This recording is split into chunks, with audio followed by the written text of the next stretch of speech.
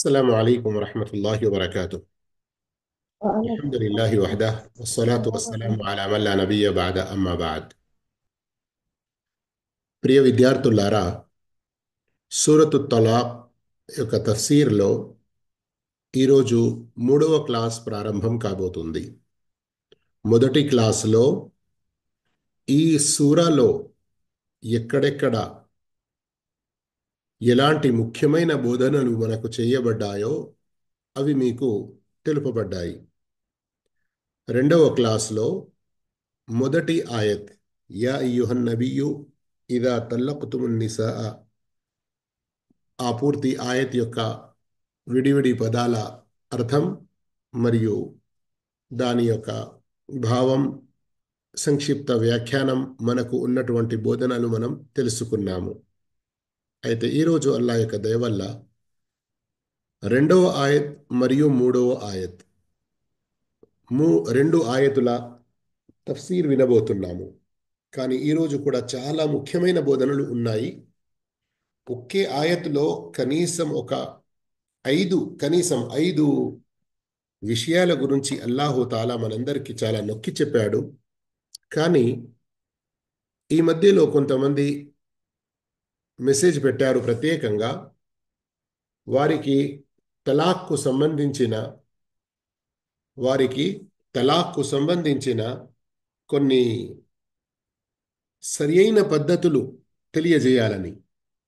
అందుకొరకు నేను ఇప్పుడు సంక్షిప్తంగా ఖురాన్ హదీసులో వచ్చిన రీతిలో తలాక్ యొక్క సహీ పద్ధతి ఏమిటో మీకు చెబుతున్నాను.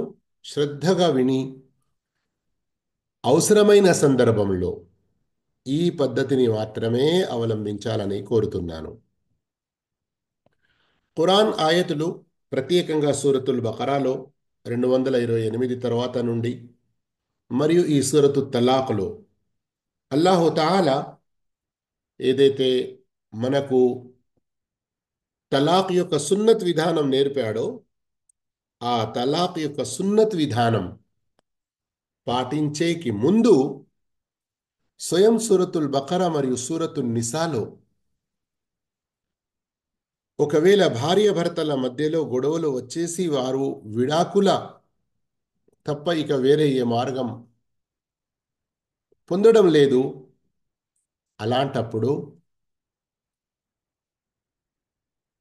వారు ఉత్తమ రీతిలో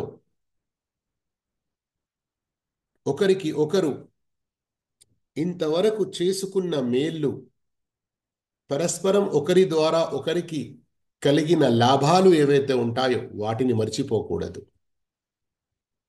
ఏ ఒక్కరూ కూడా భార్యాభర్తల్లో ఏ ఒక్కరూ కూడా మరొకరిపై ఎలాంటి అన్యాయం చేయడానికి సిద్ధం కాకూడదు, ఎలాంటి దౌర్జన్యం చేయడానికి పూనుకోకూడదు. ఇక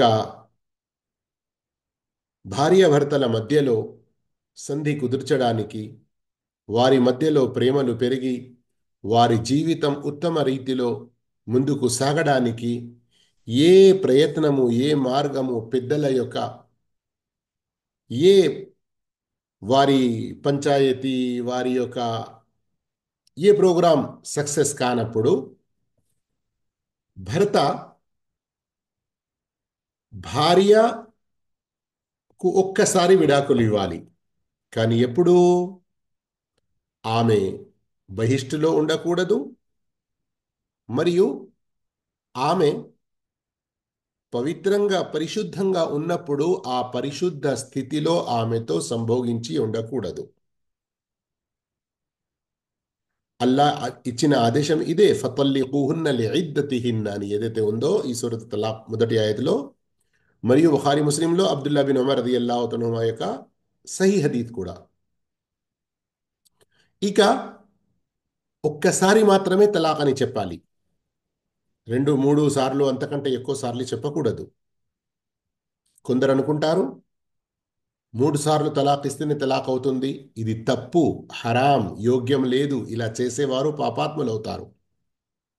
ఒక్కసారి తలాక్ ఇవ్వాలి, తలాక్ అని, లేదా నేను నీకు విడాకులు ఇస్తున్నాను అని.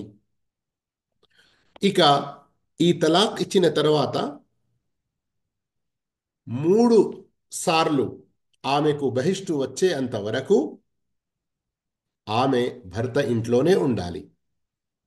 భర్త ఆమెను ఇంటి నుండి నెట్టివేయకూడదు, మరియు స్వయం ఆమె కూడా ఇంటి నుండి వెళ్ళిపోకూడదు. ఇంట్లోనే ఉండాలి.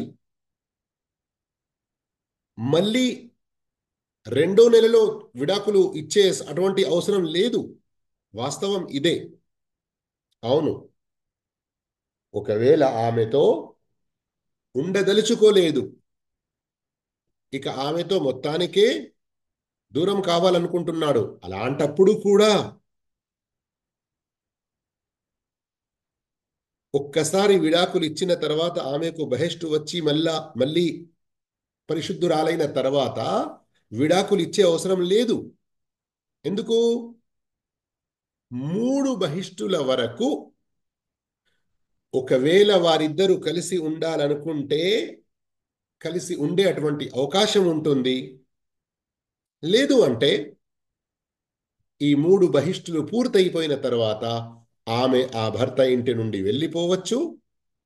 ఆమెకు విడాకులు పూర్తిగా అయిపోయినట్లే.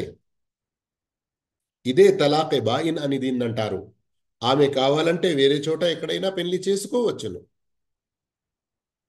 కానీ ఇంత సులభమైన సున్నత్ ప్రకారంగా ఉన్న విడాకుల పద్ధతిని ప్రజలు మర్చిపోతున్నారు. దీని గురించి అల్లాహుతాలా ఎంత నొక్కి చెప్పాడో ప్రవక్త మహానీయ ముహమ్మద్ సల్లల్లాహు అలైహి వసల్లం వారు హదీసుల్లో ఎలా దీని గురించి బోధించారో వీటిని విడనాడడం వల్ల ఎప్పుడైతే అల్లాహ్ మరియు అల్లాహ్ ఆదేశాలకు వ్యతిరేకం చేస్తున్నారో, చెప్పిన మాటను వదులుతున్నారు, చెప్పని పని చేస్తున్నారు, అందుకు వారిపై ఇహలోకంలో ఎన్నో రకాల విపత్తులు కురుస్తున్నాయి, కానీ గమనించడం లేదు. ఇన్షా అల్లా ఈ ముఖ్తసర్ సంక్షిప్త ఈ వివరణ సరిపోతుంది. తలాక్ ఇచ్చే పద్ధతిలో విషయంలో ఇంక రండి మనం 2వ ఆయత్ తిలావత్, అర్థం, అనువాదం, సంక్షిప్త వ్యాఖ్యానం తెలుసుకుందాము.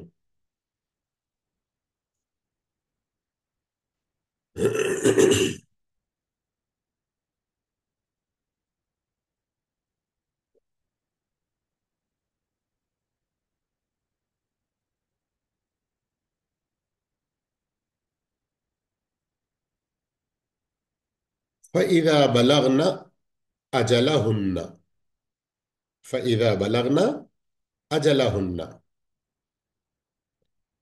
ఆ స్త్రీలు తమ గడువుకు ఇద్దత్కు చేరుకున్నప్పుడు, అజల్ ఇద్దత్ గడువు, బలగ్న చేరుకున్నప్పుడు, ఫఅంసికూహున్న బిమఅరూఫ్ వారిని ఉత్తమ రీతిలో మీ వివాహ బంధంలో ఉంచుకోండి.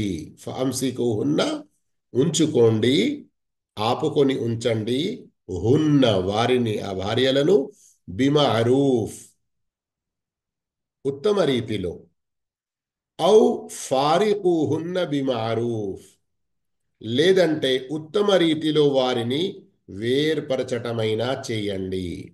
అంసికూహున్న అంటే వారిని ఉంచుకోండి, ఫారికూహున్న అంటే వేర్పరచండి.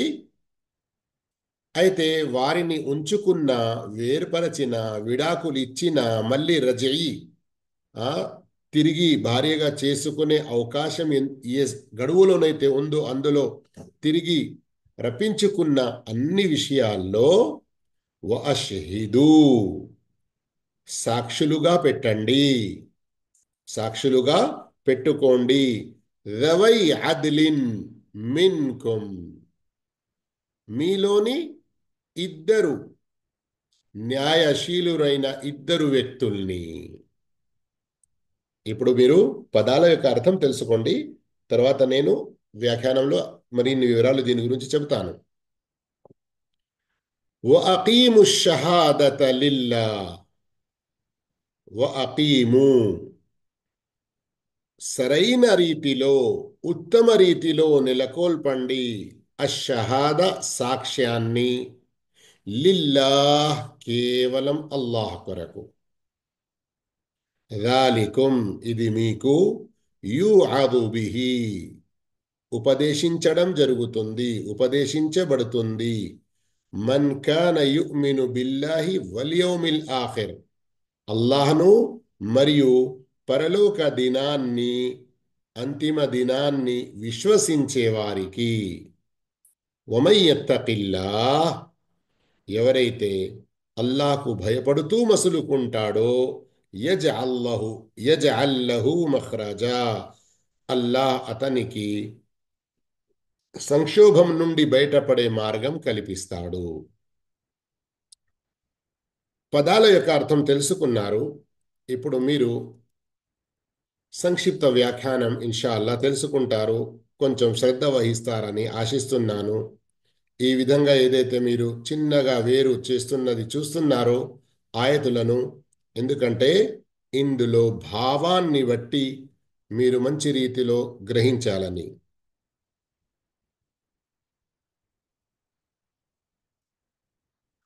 ఇప్పుడు చూడండి, ఇక్కడ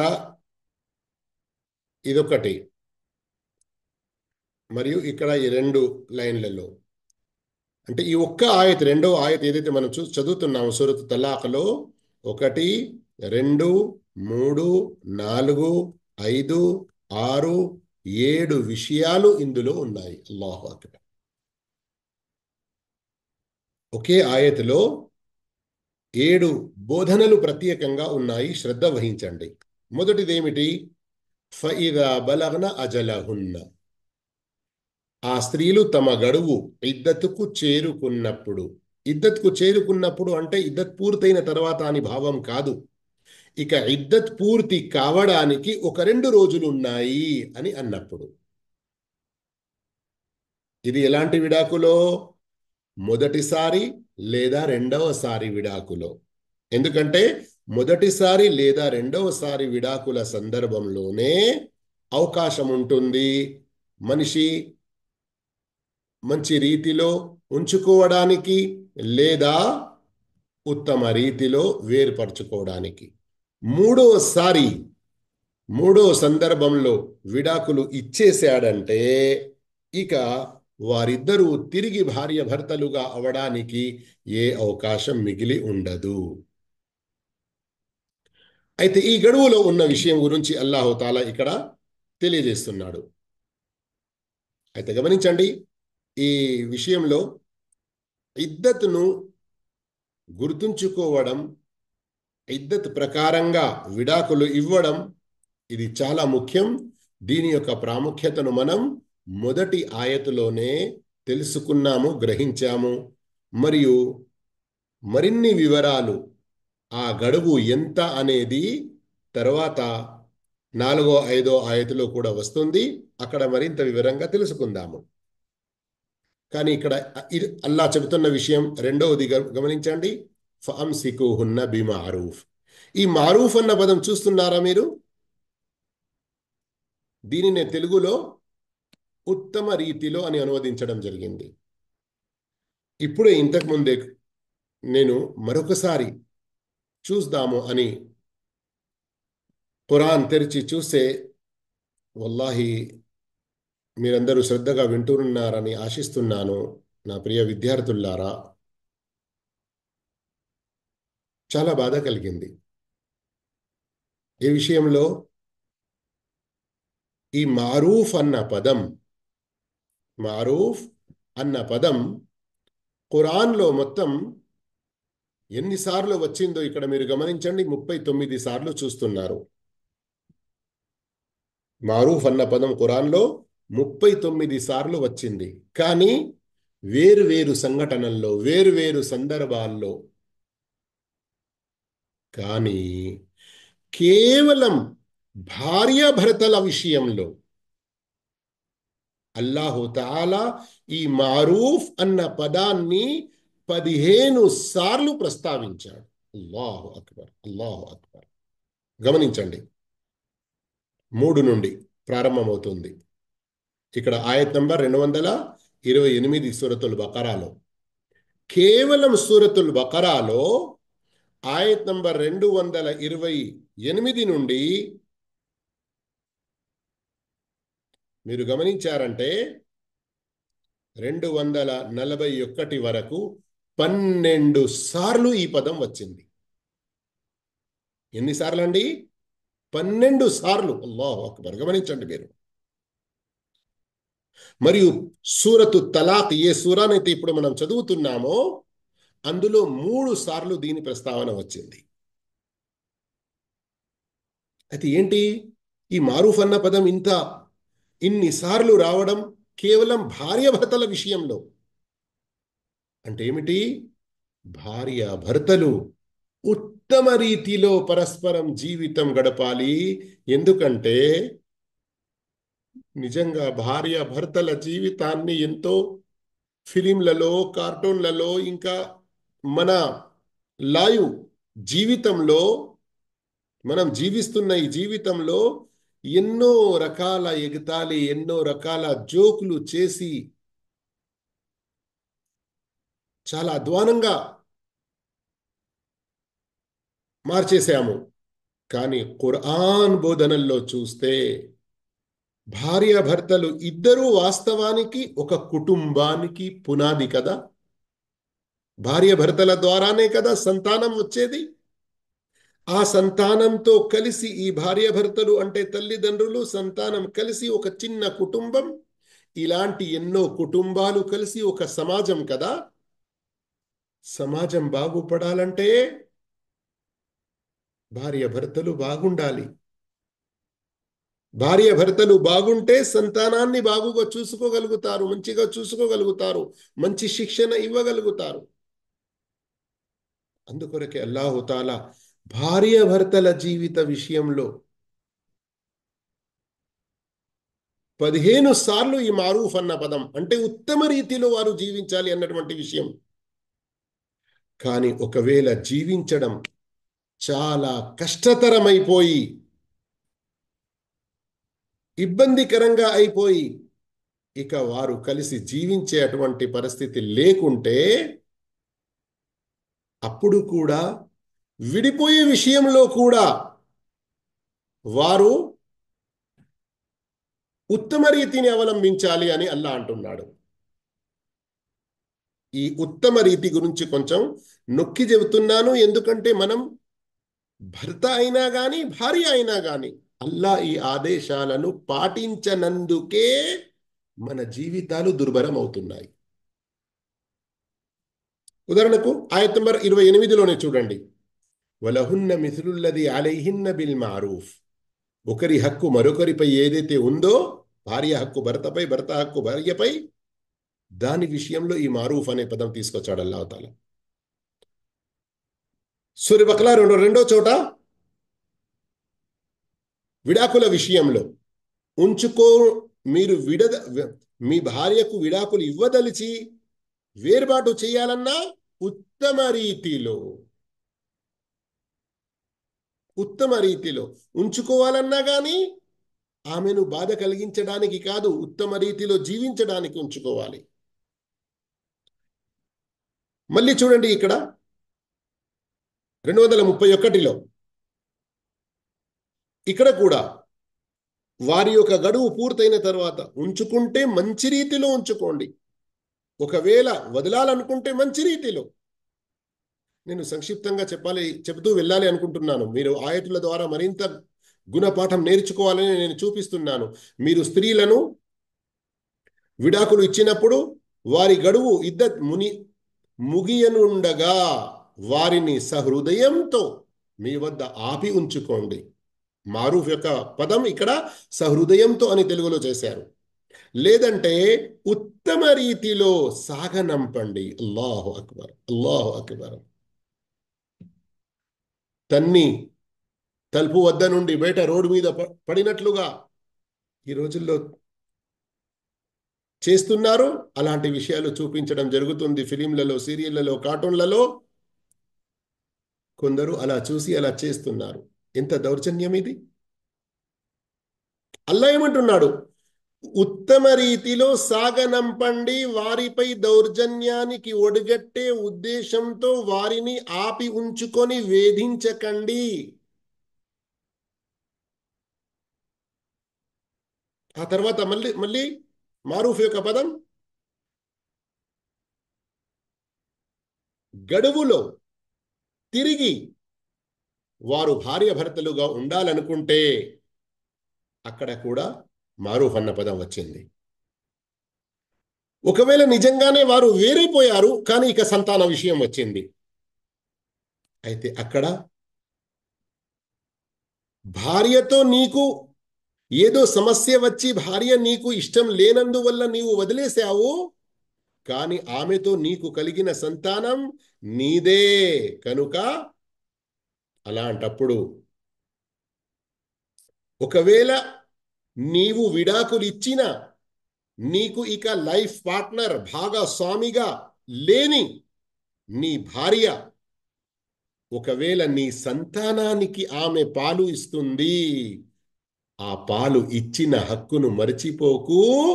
నీ బిడ్డకు నీ బిడ్డకు పాలు ఇస్తున్న విడాకులు పొందిన నీ పాత భార్యకు అంటే నీ సంతానం యొక్క తల్లికి మఅరూఫ్ ఉత్తమ రీతిలో ఆమె ఖర్చులు, ఆమె దుస్తులు, వస్త్రాల యొక్క ఖర్చులు ఇస్తూ ఉండండి అన్నటువంటి ఆదేశం అల్లా ఇక్కడ ఇచ్చాడు. మరి ఇదే భావంలో ఈ సబ్జెక్టులోనే అంశంలోనే 2 సార్లు మారూఫ్ అన్న పదం వచ్చింది. ఆ తర్వాత భర్త ఒకవేళ చనిపోయాడు, ఆమె గడువు పూర్తి చేసుకున్నది, ఆ తర్వాత ఉత్తమ రీతిలో ఆమె జీవిస్తూ ఇంకో వివాహం చేసుకోవాలని కోరితే, నా భర్త చనిపోయిన తర్వాత ఇంత తొందరగా నీకు పెళ్లి గురించి ఆలోచన వస్తుందా అని అత్తగారింటి వారు వేధిస్తూ ఉంటారు కదా, అలా వేధించకండి అన్నటువంటి బోధనలు ఈ ఆయతలో ఉన్నాయి. అల్లాహు అక్బర్, అల్లాహు అక్బర్. సోదర మహాశయులారా, మీరు గమనిస్తూ ఉండండి, మన అసలు పాఠం నుండి దూరం కావడం లేదు. అసలు పాఠంలో ఎక్కడైతే మారూఫ్ అన్న పదం వచ్చిందో 2 సార్లు, ఈ మారూఫ్ అన్న పదం భార్యాభర్తల జీవితంలో 15 సార్లు ఖురాన్లో ఏదైతే వచ్చిందో దాని గురించి కొంచెం మీకు వివరించే ప్రయత్నం చేశాను. ఇక్కడ కూడా అల్లాహ్ తఆలా చెప్తున్నాడు, ఫఅంసికుహున్న బిమారూఫ్, ఉత్తమ రీతిలో వారిని మీ వివాహ బంధంలో ఉంచుకోండి. ఎప్పుడు? గడువు లోపల, లేదా గడువు పూర్తి అయి ఆ తర్వాత ఇక మీరు ఉంచలేకుంటే, మీరు భార్యగా వారిని వెంట ఉంచుకోదలుచుకోలేకుంటే ఉత్తమ రీతిలో సాగనంపండి, ఉత్తమ రీతిలో వేరుపరచండి. కానీ ఈ విడాకులు ఇచ్చే సందర్భంలో లేదా తిరిగి రప్పించుకునే సందర్భంలో సాక్షులను ఉంచుకోండి, సాక్షులను నిలబెట్టండి. ఈ సాక్షుల విషయంలో అల్లాహ్ తాలా ఎలాంటి ఆదేశం ఇచ్చాడో కొంచెం ఇక్కడ శ్రద్ధ వహించండి. చూడడానికి మీరు ఇక్కడ గమనించినట్లు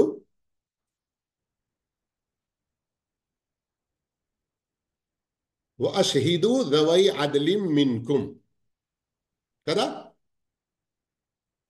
వఅష్హిదు దవై అద్లిం మిన్కుం, మీలోని న్యాయశీలురైన 2 వ్యక్తుల్ని సాక్షులుగా పెట్టుకోండి. ఒక చిన్న సెంటెన్స్ కనబడుతుంది కదా మనకు, కానీ గమనిస్తే ఇందులో మళ్ళీ ప్రత్యేకంగా 3 విషయాలు ఉన్నాయి. ఏంటి 3 విషయాలు? ఒకటి, సాక్షుల్ని నిలబెట్టడం. రెండవది, ఆ సాక్షులు ఎలాంటి వారై ఉండాలి? న్యాయశీలురై. మరి ఎవరిలో నుండి? మీలోని. అంటే ఏంటి ఈ 3 విషయాల భావం ఏంటి? రండి ఆ 3 విషయాల గురించి ఇప్పుడు మనం తెలుసుకుంటున్నాము. మొదటి విషయం, అల్లాహ్ ఇక్కడ నొక్కి చెబుతున్నాడు, మీరు సాక్షులను పెట్టుకోండి, మీరు సాక్షులను పెట్టుకోండి. ఈ సాక్షులను పెట్టుకోవడం అల్లాహ్ ఆదేశిస్తున్నాడు గనక విడాకులు ఇచ్చేటప్పుడు కూడా సాక్షులను పెట్టాలి, మళ్ళీ తిరిగి గడువు లోపల వారిని భార్యగా ఉంచుకున్నప్పుడు కూడా సాక్షులు పెట్టాలి. అలా సాక్షులు పెట్టకుంటే నష్టం ఏం జరుగుతుంది? అల్లాహు అక్బర్. ధర్మవేత్తలు వీటి గురించి ఎన్నో వివరాలు ఇచ్చి ఉన్నారు. ఉదాహరణకు ఒక సహీ హదీత్ హజరత్ ఇమ్రాన్ ఇబ్న్ హుసైన్ రదియల్లాహు తాలా అన్హు ద్వారా వచ్చి ఉంది అబూ దావూద్లో. ఇమ్రాన్ ఇబ్న్ హుసైన్ రదియల్లాహు తాలా అన్హు వద్దకు ఒక వ్యక్తి ప్రస్తావన వచ్చింది. ఆ వ్యక్తి తన భార్యకు విడాకులిచ్చాడు. మళ్ళీ తర్వాత గడువు లోపలనే అతడు తిరిగి రప్పించుకున్నాడు, భార్యగా ఉంచుకున్నాడు, ఆమెతో సంభోగం కూడా చేశాడు. కానీ ఈ విడాకులు ఇచ్చేటప్పుడు, మళ్ళీ తిరిగి గడువులోనే రప్పించుకున్నప్పుడు సాక్షిగా ఉంచలేదు. అప్పుడు ఇమ్రాన్ బిన్ హుసైన్ రదియల్లాహు తఆలా చెప్పారు, తల్లక్త లిగైరి సున్నహ్ వరాజఅత లిగైరి సున్నహ్ అష్హిద్ అలా తలాకిహా వఅలా రజఅతిహా వలా తఉద్. నీవు సున్నత్కు వ్యతిరేకంగా విడాకులు ఇచ్చావు, నీవు సున్నత్కు వ్యతిరేకంగా తిరిగి రప్పించుకున్నావు. నీవు విడాకులు ఇచ్చినప్పుడు కూడా సాక్షి పెట్టుకో, మరియు రప్పించుకునేటప్పుడు కూడా సాక్షి పెట్టుకో. ఈసారి ఏదైతే ఇలా చేశావో తిరిగి మళ్ళీ ఇలాంటి పని చేయకు. అర్థమైందా? ఇక ఈ సాక్షులుగా నిలబెట్టుకోవడం ఎంత ముఖ్యమో ఒక చిన్న 2 ఉదాహరణల ద్వారా గమనించండి ఈ విషయాన్ని. ఒక మనిషి తలాక్ ఇచ్చాడు, విడాకులు ఇచ్చాడు తన భార్యకు, అందరికీ తెలిసింది. కానీ రప్పించుకునేటప్పుడు ఏ ఒక్కరిని కూడా సాక్షిగా పెట్టలేదు. ఆమెతో జీవితం గడపడం మొదలుపెట్టాడు. ఆ తర్వాత చనిపోయాడు. ఇక అతని దగ్గరి బంధువులు కూడా ఏమనుకోవచ్చు, ఈ భార్యకు భర్త యొక్క ఆస్తిలో ఏ హక్కు లేదు అని. ఎందుకు? అందరికీ తెలిసిన విషయం, అప్పటికి విడాకులైపోయింది అని. కానీ ఒకవేళ అతడు విడాకులు ఇచ్చేటప్పుడు, అలాగే తిరిగి రప్పించుకునేటప్పుడు అల్లా ఇచ్చిన ఆదేశ ప్రకారం సాక్షి ఉంచుకునేది ఉంటే, సాక్షులను నిలబెట్టుకునేది ఉంటే ఇలాంటి గందరగోళం ఏర్పడకపోవును. అలాగే ఒకవేళ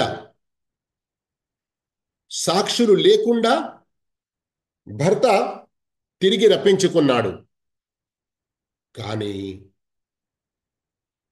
ఆ స్త్రీ ఒకవేళ అల్లాతో భయపడే స్త్రీ కాకుంటే, ఈ తిరిగి రప్పించుకునేకి ముందు కొన్ని నెలల వరకు ఆమెతో దూరం ఉన్నందుకు ఆ కోపం మీద ఆమె ఒకవేళ వేరే ఎక్కడైనా వివాహం చేసుకొని ఉన్నది దొంగతనంగా, లేదా ఏదైనా సంబంధం ఏర్పరచుకొని ఉన్నది, అలాంటప్పుడు నసల్ వంశ పరంపర విషయంలో ఎన్ని గందరగోళాలు జరుగుతాయి. సాక్షులు లేనందువల్ల ఆమె అల్లాతో భయపడనందుకు ఆమె ఇంకా నా మొదటి భర్త నన్ను రప్పించుకోలేదు అని కూడా అబద్ధం చెప్పవచ్చు.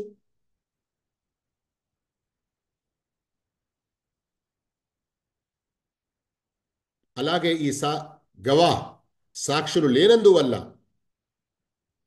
భర్త కూడా అల్లాతో భయపడేవాడు కాకుంటే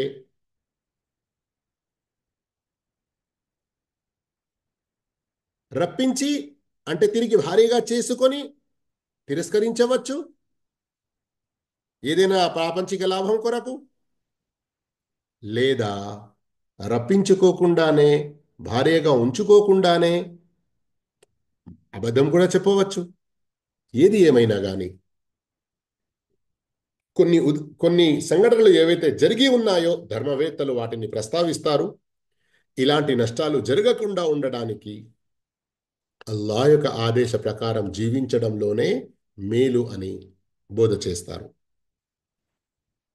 ఆ తర్వాత ఆయత్లోని భాగం